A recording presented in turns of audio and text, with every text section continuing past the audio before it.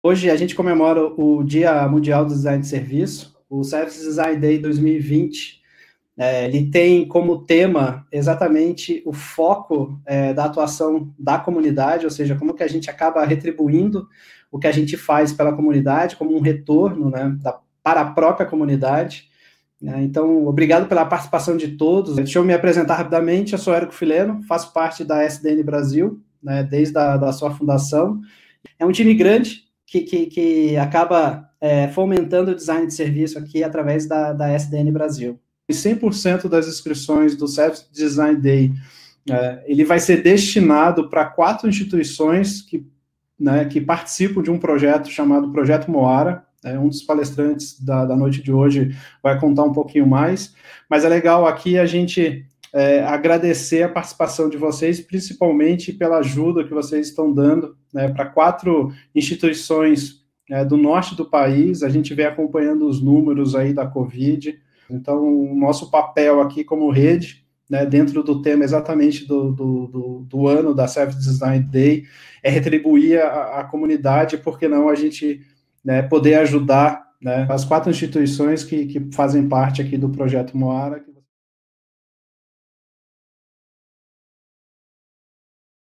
Eu gostaria de fazer a primeira provocação aqui para os 3, é basicamente sobre o elitismo, né? Ou seja, o design como uma profissão e um campo de conhecimento e atuação elitista, né? Ou seja, como que vocês veem a relação, né, do privilégio, né, olhando para esse cenário que a gente vive, né, do Brasil, né, como que vocês enxergam, né, o trabalho que vocês vêm desenvolvendo, né? Será que o discurso, né, como salvador da pátria não está muito ligado a um discurso elitista? A fala do Caio, acho que trouxe isso muito claramente, né? Puxando ali, bom, todos acabamos falando sobre isso, né? Mas essa questão de trabalhar em rede, a gente não está acostumado a trabalhar em rede, né? A gente está acostumado, a gente tem essa ideia de que colaboração é reunião de condomínio, né? Eu sempre falo isso, que é um ficar apontando o dedo do outro, e a gente não criou esse aprendizado mesmo de colaboração, né? Então, eu acredito que hoje, se a gente for olhar para uma lógica das escolas, né, e desse papel de desenvolvimento de projetos de design de serviço, principalmente, ainda é um nicho muito específico, assim, não é todo designer que tem acesso a essa informação, não é assim uma coisa tão simples, a gente ainda tem muita bibliografia né, em inglês e conteúdos ainda que vem de fora, então acho que tem vários desafios para a gente dizer que somos uma profissão aí aberta, mas no termo numa perspectiva de projetar, a gente, eu acredito nessa lógica da colaboração, né, e da construção a partir da rede e não a partir da visão do designer, né, o designer muito mais como um facilitador para essas trocas e menos aquela visão antiga de que ele iria organizar, que eu acho que essa visão, para mim, ela tem mais a ver com a publicidade, com a propaganda, que chega, quer resolver, deixar uma coisa bonita para entregar para o outro, né? Enquanto o designer, não, né? A Carla trouxe bons exemplos ali, né? De usar as ferramentas que são simples, são das pessoas. Então, eu acho que dá para você projetar das duas maneiras. Tem espaço para você construir esse lugar da colaboração, né? Acho que tem uma provocação que a Carla Chipola fez, e você fez uma provocação interessante, qual é o papel desse designer dentro de uma rede, né? Em que todo mundo faz design. Acho que vocês sabem que eu estou muito envolvido com educação, né? E eu sempre faço a provocação. Em educação que o aprendiz ele está imerso no ecossistema que vai muito além da escola. A escola não resume o processo educacional dele, né? Muito pelo contrário, né? A escola pode até travancar o processo. E certamente quando a gente pensa em educação, facilmente a gente pode cair numa situação de pensar a mesma coisa, né? Eu acho que nós, professores que trabalhamos com design, nós temos um privilégio muito grande, que é justamente nas práticas de projeto conseguir, eu acho isso sinceramente, conseguir que eles tenham desafios ligados à realidade deles, né? Então, em vez de inventar projetos fictícios, assim, vem cá, o design para inovação social dá essa oportunidade, né? De você ver como é que eu vi, Caio, só estou complementando aqui, que a gente tem essa oportunidade de dar a eles projetos do contexto de vida deles, então o condomínio, o bairro, onde eles estão, né? E eu acredito que esse tipo de docência, né, em inovação social, ela nos permite que a escola pervada a vida, sabe? E parece simples, mas não é, não. Eles se sentem profundamente atemorizados de dizer, mas espera aí, eu vou projetar para o meu condomínio, onde eu moro, eu vou projetar um serviço colaborativo para o meu condomínio, mas isso às vezes é intimidador e é um processo educacional muito poderoso, né? Então, que essa coisa possa sair da sala de aula, que eu acho que era um pouco que o Caio ia falar, um pouco dessa questão da escola e da vida, né? Que a escola pode também atrapalhar esse processo, né, Caio? Eu queria te dar a palavra de novo, né? Que você estava falando. Obrigado alguma por segurar, coisa. Não, mas eu ia falar algo parecido com isso que a Carla falou mesmo, mas e o que eu falo lá, né? Quando a gente pensa, esse aprendiz que está no ecossistema, ele encontra na instituição ou no professor um par mais maduro, e não um cara que sabe tudo. É o cara que talvez esteja disponível até para mediar e assumir a partir de uma situação de uma maturidade diferente. E quando fala isso, parece até mais elitista, mas não é elitista, do tipo assim, sabe?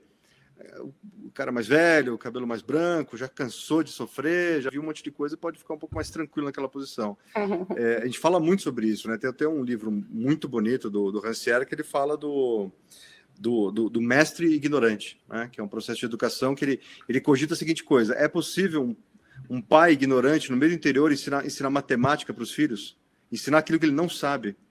Aí ele fala, claro que se ele assumir a posição de que ele é um facilitador, é um cara que coordena o processo de aprendizagem.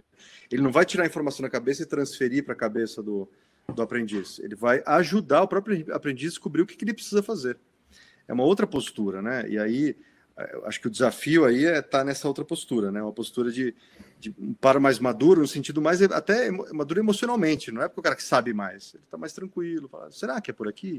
Esse tipo de educação que é reflexiva e que é também o que o Caio falou, né, seu contexto de vida, ela tira um pouco a questão, ela torna, quer dizer, que quando a gente diz que o design aprende com a sociedade, que a sociedade é capaz de projetar, então a gente já está abaixando essa bola, né?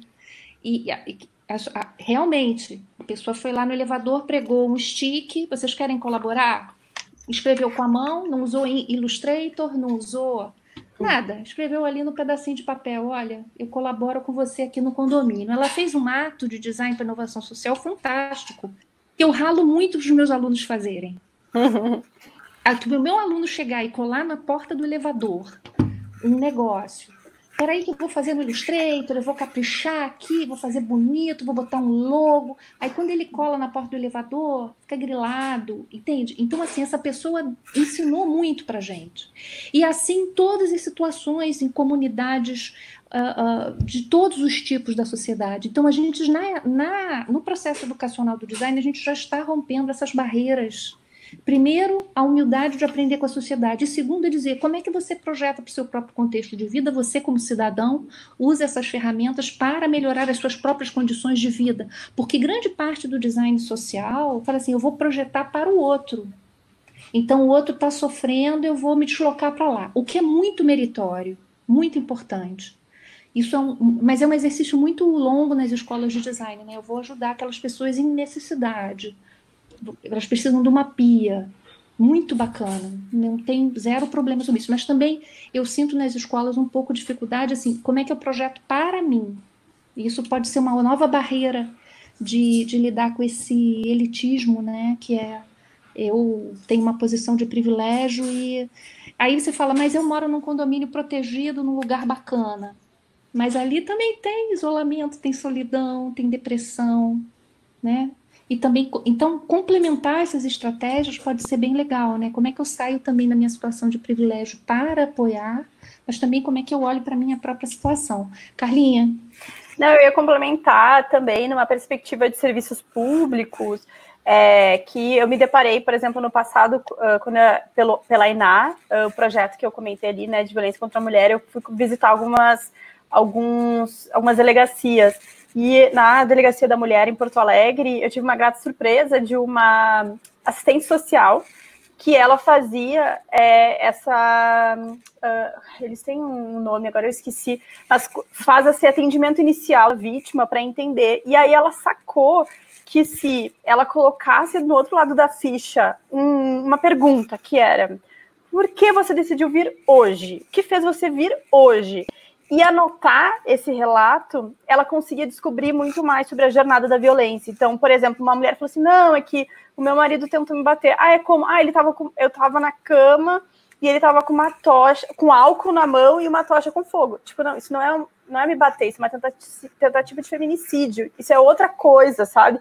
Então, ela conseguiu, com uma pergunta, estipular, ela criou um instrumento, né, de interação ali, que virou uma política pública, que virou um protocolo, na verdade, né, de atendimento, não só naquela delegacia, mas como todas as delegacias do Rio Grande do Sul. Então, a gente também tem que entender, né, a força que tem a gente criar essas interações, esses pontos de contato, que são capazes de gerar transformação. Eu, como designer, reconheci aquilo como design de serviço. A Fernanda, que é uma assistente social foda pra caralho, ela não sabia aquilo, ela nem estava pensando naquilo, ela estava pensando, de fato, na melhor maneira de resolver aquele desafio que ela vivia ali como assistente social. Então, é você reconhecer e conseguir dar valor a isso, né? Ajudar a transformar isso, essas boas...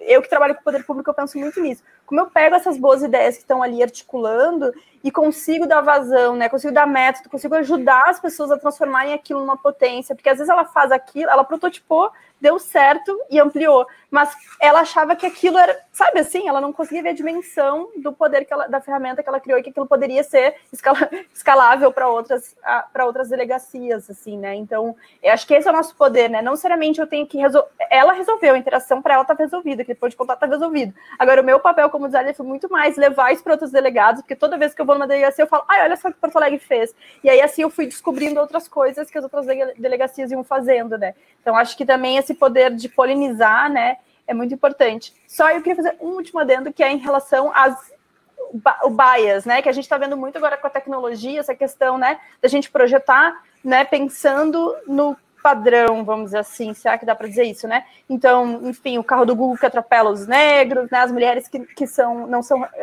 as inteligências artificiais que são ainda vistas numa lógica de servir onde estão as mulheres. Então, é sim importante a gente trazer diversidade. E se você está numa posição em que você está vendo só, né, a elite ali, então, sim, esse é o nosso papel, de questionar, se discutir e como fazer para trazer essa diversidade para dentro da conversa. Acho que esse é um ponto importante. Faz, acho que umas 2 semanas, né, o Donald Norman fez um vídeo bem provocador, né, onde ele diz que as escolas de design de hoje ainda estão ensinando como design do século XX.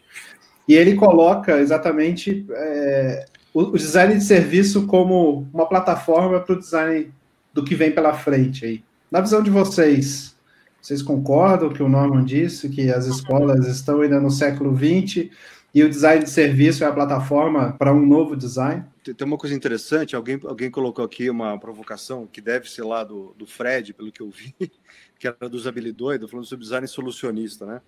Tem uma provocação que tem a ver exatamente com essa coisa do elitismo aí, que é entender que o designer traz uma solução, ou ele constrói uma solução, né? E eu sempre questiono isso, né? Assim, provavelmente a gente está criando um problema quando a gente leva alguma coisa, a gente está dando solução. E não tem nenhum problema com o problema. Até tentar entender a solução com o problema que é o problema. Deixa eu limpar o terreno com isso. A gente tem um parzinho, problema-solução, né? Que é muito ligado a o designer como portador de conhecimento superior e mágico, assim. Eu prefiro trabalhar com outro par, intenção e emergência. Você faz uma intervenção, que também tem intencionalidade qualquer, e você vê o que acontece, e você entra em diálogo. E aí o interessante é que assim, o papel cada vez mais do designer é um pouco desenhar situações, né? Situações onde a própria comunidade possa se auto-inventar e se auto-construir. E boa parte do tempo ele tem que sair do caminho. Ele propõe um jogo e deixa o jogo rolar, né? E vê o que aparece, documenta, ajuda com método, ajuda com posição, mas alguma coisa que emerge ali, né? E eu acho que claramente, já engatando nisso, que a provocação do Donald Norman, o vídeo viralizou, né? Que ele está de pé, mó despojado, falando isso aí. Certamente, assim, é um problema que eu enfrentei mesmo coordenando o curso de graduação e de pós-graduação, e o Érico certamente vê isso, acho que a Carla Tipola também vê isso, que é a maneira que o MEC pondera design ainda está relacionado no Brasil com primeiro, a ciência social aplicada, que é todo um jeito estranho de entender o que é design nesse processo. Tem a ver com ciência social? Tem, mas não... Está se pensando muito mais sociologia do que antropologia, e cada vez mais a gente está namorando antropologia do que sociologia, né? Então é bem diferente, já começa diferente aí. E a outra que tem uma série de competências que a gente sabe que é super importante para esse trabalho em ecossistemas, lidar com a concretude do social, que não faz parte do programa básico, né? Eu não tenho acompanhado os programas de graduação ultimamente no Brasil, mas a última vez que eu acompanhei, que era 5 anos atrás, mais ou menos, era lá o programa da escola de Ulm, um pouquinho de pitadas, né, de Bauhaus, Ulm, e alguma coisa mais recente, um pouquinho de Ezio Manzini, de vez em quando aparecia alguma coisa ali, né? Mas era super raro e pouco, né? Ou seja, esse entendimento do design como uma ativação social, como uma articulação de uma estrutura social, é bem raro. Né? Eu acho que os serviços oferecem uma oportunidade, um curso e uma atividade em design de serviços, o conceito de serviços, ele é tão poderoso, de servir, né? É uma palavra que está presente em todas as religiões, em todas as percepções de ser humano, né? Servir o outro, servir, né? É tão forte que eu acho que ela é a base para realmente repensar, né? Tudo que está em torno dela, né? Quer dizer, se você, porque uma das coisas que é preocupante, como você define, né? Design de serviços, essa parte daqui, né? Que é o que o design está fazendo com isso, né? Esse objeto de projeto aí, que o Caio falou bem, né? Ele não é uma entidade, é uma coisa viva, é vida, é pessoa. Então a gente saiu de projetar. Eu, quando estudei, eu fiz projeto de produto, era madeira, metal e plástico, era termoplástico, né? Então ele funde a tantos graus. Então aqui é esse polipropileno, né? Agora eu estou lidando com pessoas, entendeu? Então, assim, serviço aí, entendeu? E como que você, como designer de serviço, pode impactar a vida dessas pessoas, essas interações, mas, ao mesmo tempo, como é que você pode libertar o pensamento de design das suas caixas, né? E trazer ele. Então, eu acho que uma reflexão profunda e filosófica sobre a palavra serviço, mais profunda e potente, ela é libertadora para o design também, né? E a sua junção com outros processos de transformação, né? Eu acho que às vezes a palavra serviço ela é dada ela é banalizada, né? Ela é muito profunda e muito rica aí. Eu dei o exemplo das religiões para dizer, né? Todas assim, hinduísmo, budismo, cristianismo, só para dar um exemplo, né? De como a palavra serviço está ali presente de diversas maneiras, né? Então, é importante para a gente como humanos, né? Eu acredito, com certeza, que o design de serviço tem muito potencial, assim, né, o Caio, nós somos colegas lá no IED, eu sou a pessoa do serviço na graduação, né, tem uns alunos meus aí, que justamente para trazer, né, esse olhar, a gente tem trazido muito essa discussão, né, dessa construção para o novo, assim como a Rede Deses, né, que eu admiro muito, já fiz parte lá pela Unicinos.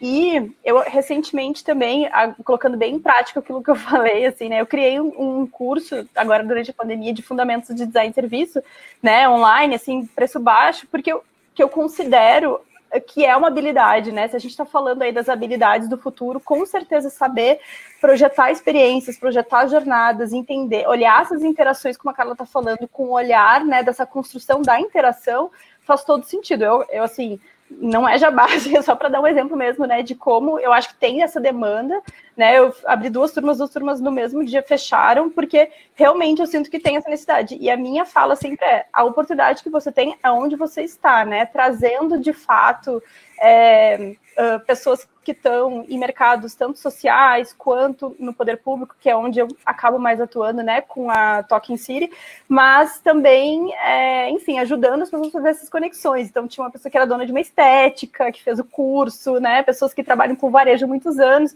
para ajudar realmente a fazer essa conexão. Pensar, a gente precisa repensar essas interações, então vamos trazer esse olhar novo. Então, eu acredito que esse é o papel que é trazer de volta a essência do design, né, que é uma essência que a gente vê lá do italiano, que é esse meta-design, que é essa construção dessas interações e pensar no sentido e nessa construção de razão, né? Eu fico muito com essa sensação, assim, né, de que, de novo, é o básico, né? Assim, um dos princípios do design é essa interação. O serviço, ele só acontece quando é usado, né? Ele só faz sentido. Então, nós quatro estamos aqui com as 400 pessoas, quase 500 pessoas que estão aqui essa noite, durante essa interação, né, esse uso, né, que se faz tão relevante. Então, a gente não pode projetar serviços ou interações às cidades. As cidades carecem dessas novas interações que dependem desse uso. Eu não posso ficar tranquila pedindo um rap, sabendo que o motorista está sem máscara, sabe? A que preço que a gente está usando esses serviços hoje, né? Então, eu me questiono muito sobre isso, de, tipo, essa questão, mas a pessoa precisa de dinheiro. Tá, mas essa resposta, para mim, de um service designer, eu não aceito, né? Qual é a melhor forma, né? O que a gente poderia, que outras interações a gente podia estar criando? Eu acho que todos esses problemas urbanos, eles são uma oportunidade de a gente reinventar novas soluções. Então, essa capacidade de ver por jornada, por ver por interações, é uma habilidade que, de fato, é muito importante. Eu acredito muito. Como que vocês, né, pensam a respeito, né, desse futuro aí, de projetar serviços? Será que a gente consegue trabalhar numa outra lógica econômica que não seja somente a capitalista? Então, mas enfim, eu acho que essa provocação que o Érico faz, ela é crucial, né? Porque a gente tá vendo esse questionamento de todos os lados, né? Ou seja, como que esse sistema, especialmente o que se convencionou chamar de neoliberalismo, sobrevive depois disso, né? Porque primeiro ficou muito claro a fragilidade do sistema social em escala global. Né, pensando bem o que é de fato o Covid, não é uma gripezinha, obviamente é uma pandemia perigosíssima. Só que não é um ébola, não é apocalipse zumbi, não é uma coisa que liquefaz órgãos internos, sabe? E mesmo assim causou impacto global de tal maneira que bota em risco a estrutura da civilização. Ou seja, a gente está ponderando sobre isso. E aí eu acho que de fato é o momento. Alguns anos atrás eu fiz uma provocação para um grupo de designers que falava exatamente sobre isso. Será que a gente pode desenhar outra forma de Estado, né? Outro tipo de Estado? Porque tem muita confusão em cima disso, né? Só para falar desse assunto ficaria algumas horas, né? Mas boa parte das pessoas não sabe que, na verdade, a propriedade, por exemplo, essa caneta é minha. Não, essa caneta primeiro é do Estado, em segundo lugar ela é sua. Em qualquer lugar do mundo. A propriedade privada é uma variação da propriedade pública. As pessoas não sabem esse básico. Para entender ainda que o Estado pode ser um objeto intencionalmente criado pela população, acho que tem mais um passo aí, mas eu diria que é por aí, sabe, Érico? Se é para pensar outras formas, tem muita gente falando de socialismo, falando de comunismo, e a galera confundindo também socialismo e comunismo, né? Comunismo tem umas definições mais lindas que eu já ouvi, e não existe país comunista no mundo, não existe, porque não se sabe como fazer. Porque o Marx definiu o comunismo de maneira muito linda, ele falou a seguinte coisa: de cada um na medida da sua capacidade, para cada um na medida da sua necessidade. Isso não é socialismo, isso é outra coisa, não sabemos fazer isso. Mas é engraçado pensar sobre isso, a gente pensa isso relacionado a design de serviço, você fala, rapaz, não é tão estranho pensar uma comunidade desenhada intencionalmente dessa maneira. Então, se o cara é forte, jovem, consegue carregar um armário, beleza, vai carregar armário. Aí tem uma senhorinha de 90 anos de idade, não consegue fazer mais nada, super paralisada, sei lá o quê, ela vai precisar mais apoio das pessoas. E não é assim que a gente pensa, né, Érico? Não é assim que a gente está pensando na sociedade hoje em dia, de maneira geral. É tipo, o mercado dá conta. Então, se a velhinha tem essa necessidade, quem vai aparecer para ajudar ela? Não vai. Ela provavelmente vai morrer sozinha no metrô. Com muitos casos tem disso, de encontrar corpos de idosos no metrô ou no meio da rua, porque o cara tem uma intuição, eu vou empacotar, ele sai andando, isso é bem comum.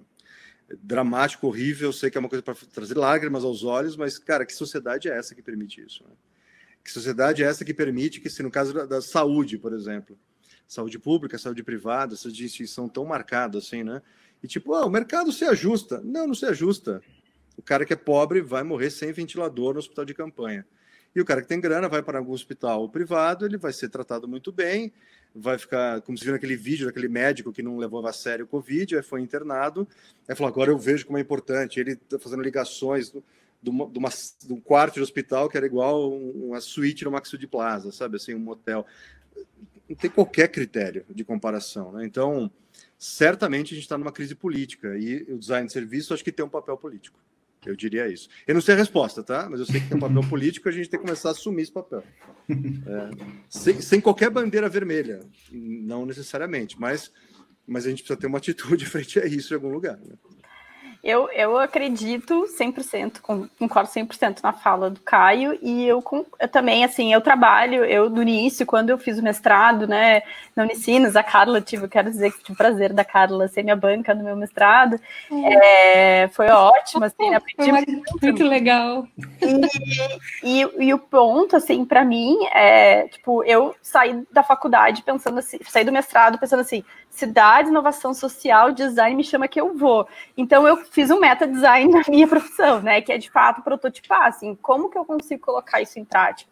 E eu vejo que, numa visão bem prática mesmo, existem muitas oportunidades, e agora mais do que nunca, assim. Então, eu tenho apoiado pequenos empreendedores, né, principalmente mulheres que vão ficar sem emprego, que não estão conseguindo no seu tempo. Então, como que eu, como designer de serviço, né, que tem uma noção de jornada, consiga fazer esse apoio, né, para as pessoas. Eu e o Renato, meu companheiro, né, também era designer de serviço, então a gente tem ajudado a Dona Maria aqui no bairro da Pompeia. O Caio vai ser meu vizinho, né, Caio? Vou te passar depois o contato da Dona Maria, ensinando para ela, você tem que mandar mensagem toda semana no WhatsApp, todo mundo que te mandar mensagem, pega o contato dela, né? A gente está criando um cartaz para colocar lá na frente. Então, assim, a gente sabe a teoria, né? Então, agora a gente tem que colocar isso em prática. A gente que vê a vida sob perspectiva de jornada, eu consigo ver 1 milhão de interações que são possíveis para ajudar a Dona Maria. Eu vou me sustentar com isso? Talvez no primeiro momento não, mas aí eu sou bem a favor dos escambos, que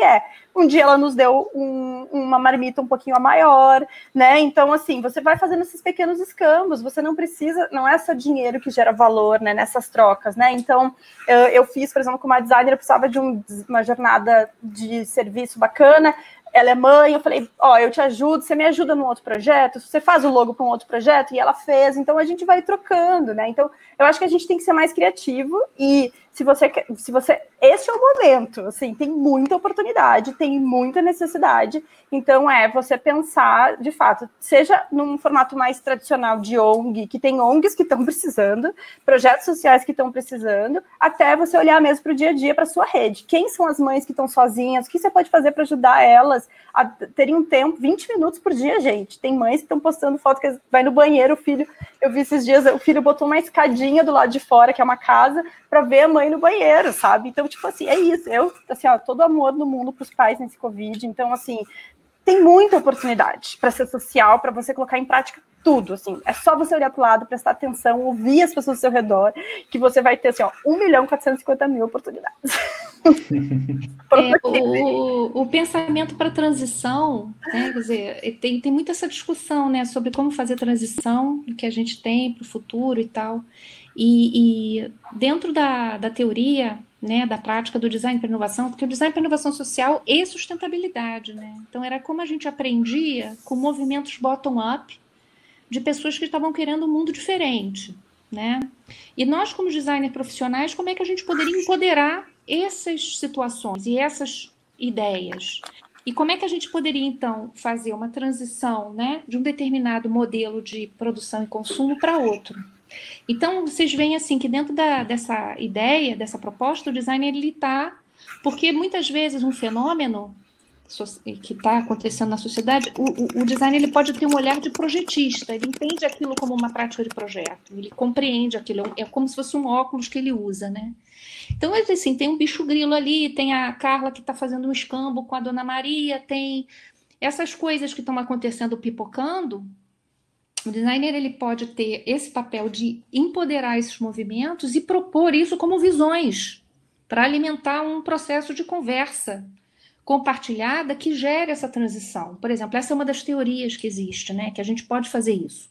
Então, quando a gente fala ali, quando eu botei ali design para a nova normalidade, por exemplo, lá no bairro do Grajaú, eu falei assim, bom, o que está acontecendo aqui? Bom, tem uma pessoa fazendo uma moeda complementar aqui, deixa eu olhar isso aqui de perto. Entendeu? Foi uma escolha minha. Eu podia ter ignorado aquilo como designer, mas eu quis olhar aquilo e trazer para a prática de projeto. Então, quando você está vendo o fluxo de coisas e o que você seleciona e o que você empodera, eu falei de uma maneira muito superficial e rasa, mas é um pouco essa teoria, né, do design que transforma, que colabora para a transição a partir do olhar do que ele escolhe.